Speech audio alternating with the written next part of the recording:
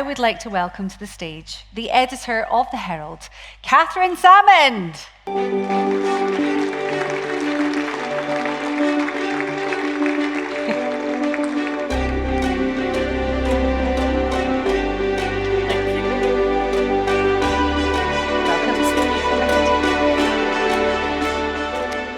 So Catherine's going to take the lead and look at outcomes of today and what the next steps will be, both for the bank to take forward, but also in a wider context for all of you here with us today. Joining her on stage to discuss the next steps, please welcome Chair of the Scottish National Investment Bank, Willie Watt.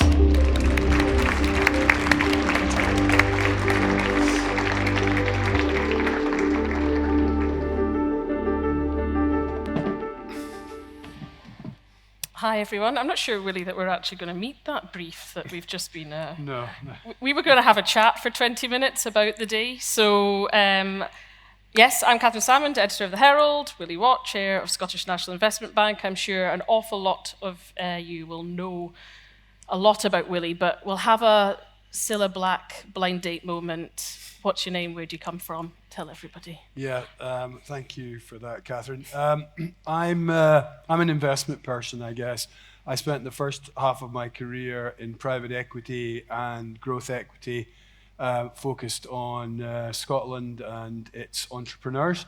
The second half of my career, I spent running an investment management company, which was global in its perspective and dealt with public markets rather than private capital markets. And I retired in 2019 and became the founding chair of the Scottish National Investment Bank. I arrived a year before the bank was launched, and I've been involved with its growth and development ever since. Great, thank you. So today, the 3 mission statements for the bank, I thought we could use those as a way into some discussion on what we've heard today. So net zero, are you as optimistic as Myrtle Dawes was, and I presume remains, at the start of today? Yes, I guess it's a qualified yes, if given the way that I answered your question. I think net zero is intrinsic in almost everything that we do. We just had a discussion on housing there, and you can see the net zero implications there. And when we talked about innovation, quite a lot of innovation is focused on climate tech and on the challenge for net zero. Just because the politics in parts of the world has got difficult, it doesn't mean that the net zero challenge has gone away. Obviously it hasn't. So we will remain committed to it, but so will millions and millions of other people and businesses around the world. And I do think we are making significant progress. I do believe, though, that all of the cost of net zero can't be put on the consumer. And I think we've got to be thoughtful around how net zero is paid for, who pays for it, and how that's communicated to the population at large. Because what we don't want is more of a backlash, because the backlash makes the job harder. Okay. Place, your second mission statement. Let's take Scotland and Scots. We've always been a smart, forward-thinking, ambitious nation. Do you still recognise that in Scotland and the clients you come across? Absolutely. I thought today had a really good global perspective. And one would not wish to be at a conference like this that was parochial, and I don't think it was parochial at all. I think you could see from the speakers that they take inspiration from, they trade with, and they look for ideas from around the world. But of course, we're a development bank for Scotland, which is quite a small place. So I think integrating all of that global input and then effectively deploying it in a Scottish context is something that we're really focused on. As you say, Catherine, the Scots have been good at that throughout history, but there is definitely a need for us to support companies as they scale up to meet their global competitiveness. And I think one of the speakers talked about things this morning. You won't raise money internationally unless you're competitive on a global basis. And I think we hopefully can help our companies with that. I think the housing conversation was interesting. We wanted to put housing at the center of today because we believe that it's intrinsically tied in with growth and economic development, but it's also intrinsically tied in with our place mission, because high quality homes, regardless of tenure, I think is an important part of the impacts that we can make. So I was really pleased to see how that panel integrated all of that into the day as a whole. Okay, we can come back to some of the panel discussions. On the innovation mission, what do you think the barriers are at the moment? Some have been discussed, but in your opinion, to progress, what could be holding Scotland back? Yeah, there was quite an interesting discussion at one point about startups and early stage investment versus later stage investment and scale up. I think we've had a reasonably good track record of early stage investing through our angel network supported by Scottish Enterprise. We've had less success with scale up, and we think scale up makes the biggest economic difference. It has more high paid jobs, it creates more wealth, it creates more sustainable long-term businesses that can make a contribution to the productivity of the economy. So we focus, our focus is on scale up. What are the barriers? Certainly investment is a barrier. Another barrier is skills. And another barrier is confidence. Because as one of the speakers said this morning, it doesn't look like a bad thing to do to sell your business when it might be worth 10 or 20 or 30 million. But our ambition is to back companies that are worth 3 or 4 or 5 or 600 million. To do that, you need a lot of things to come together. We are on a learning journey for how we can contribute to those things. But what we want to do is support management teams as they learn, develop, and grow so that they can maximize their potential. Okay, we were speaking before when we were having a secret chat outside about your sort of highlights from the day, and you did mention the culture and leadership elements that they had sort of struck a chord with you and your career. Do you want to draw upon, I don't know, your takeaways from that, or things that really stuck out for you? Yeah, some of the people in the room will know I've got a bit of an interest in leadership, particularly in scale up businesses. So I was really interested to hear what the three speakers had to say, and I thought all of them made really good points. I suppose one of the things that stood out for me was something that Jonathan said about you don't need a management team that's right for the size of the business that you're running now. Mm-hmm. You need a management team that's right for the size of the business it's going to be in 2 or 3 years' time. Because if you don't do that, you will be tripped up by the growth that you develop in your business, and then the growth can stall. So I thought that was a very interesting point.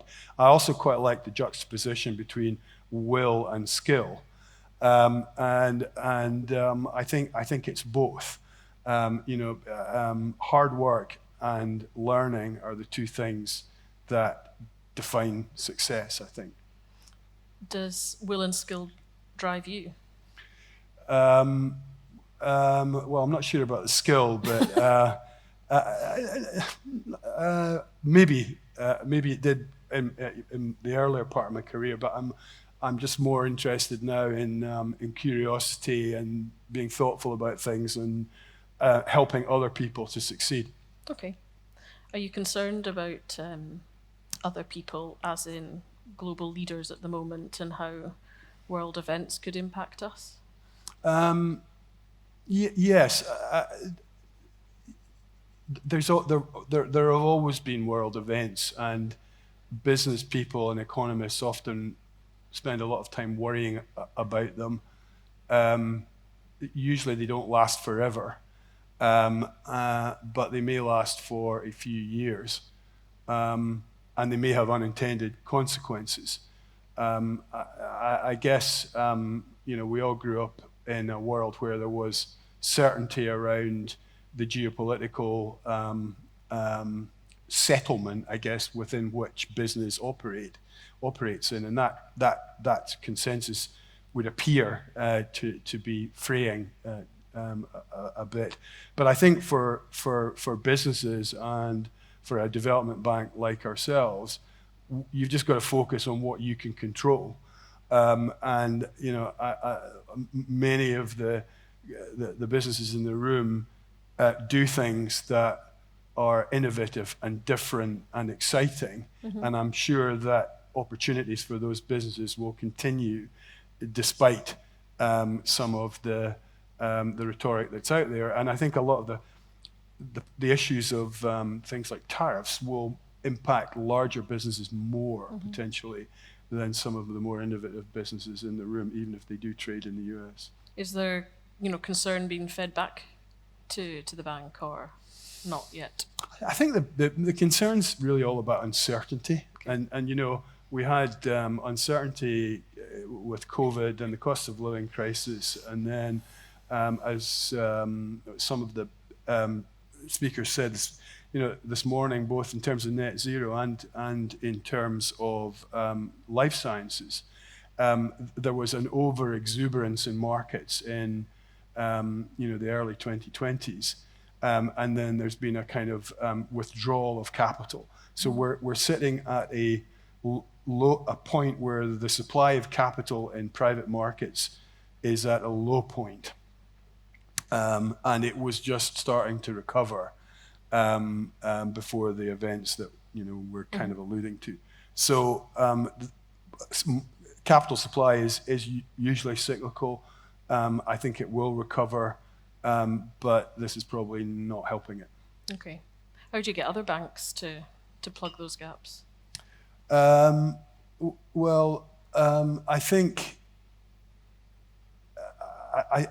think recognizing the cyclicality means that you just have to recognize that it's hard at the moment.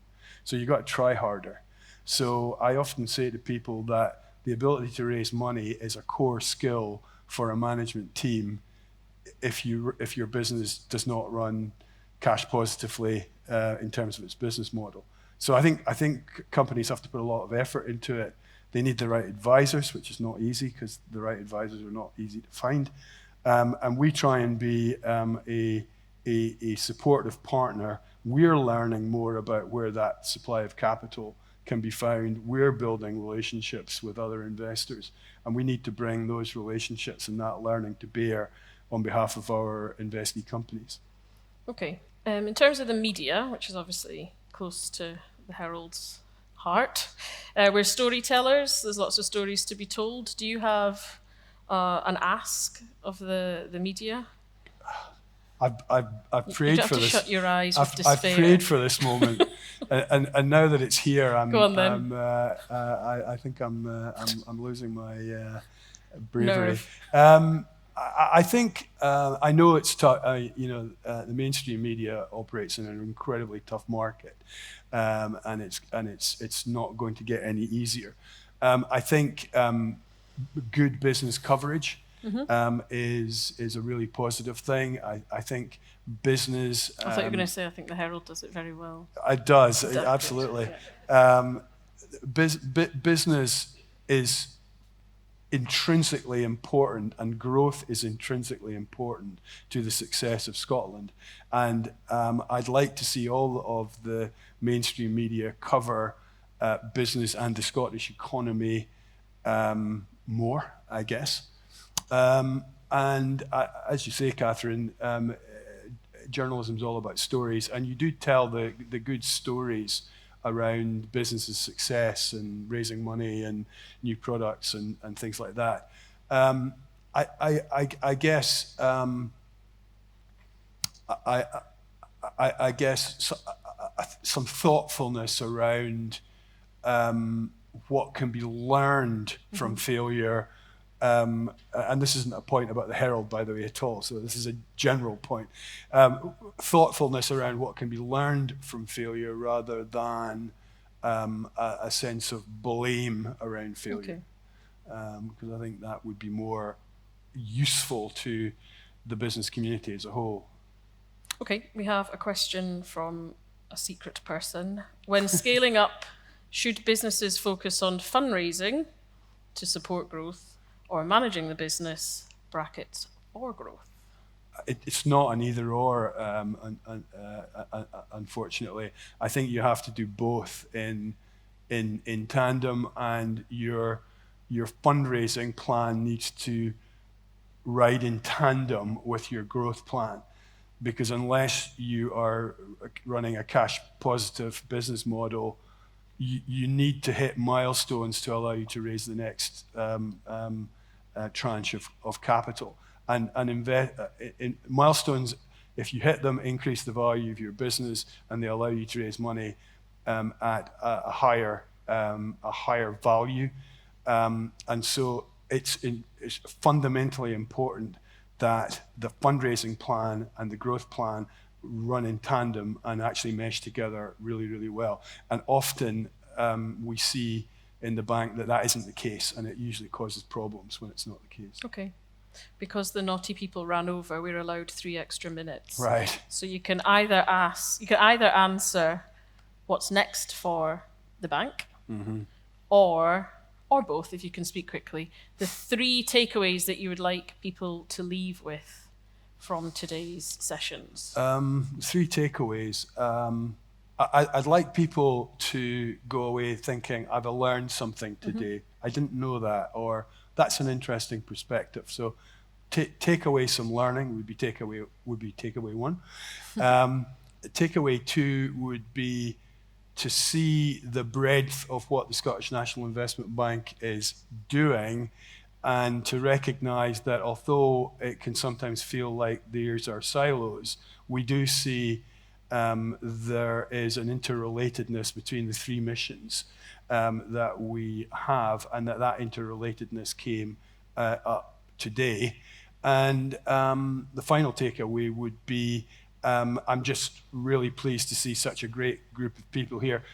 Many of you are still here, which was my main worry, because I thought by the time it got to Catherine and I at the end, everybody would have buggered off. But you're still here, so thank you for that. And I would just like to thank everybody for for the investment that they've made in today to be here and to spend the whole day with us.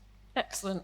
I think that's us and our time up. So thank you, and we'll hand over. Thank you, Willie. Thank you, Catherine. Thank you.